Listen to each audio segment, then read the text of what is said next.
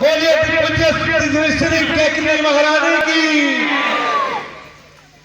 आइए हमारे पूज्य हमारे देवी श्री पद्मा की गुरु जी भी पधार चुकी हैं, जिनके कथा और प्रवचन सुनने से मन को शांति और सुकून और सुख और समृद्धि की प्राप्ति होती है।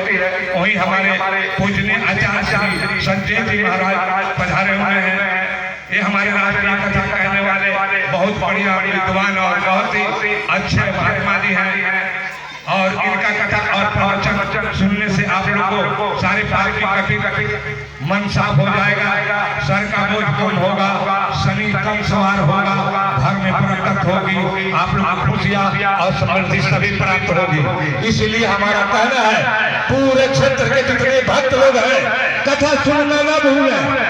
और आज जग का अंतिम दिन और महापूर्णाहुति की जाएगी। हवन 3 बजे से चालू होगा।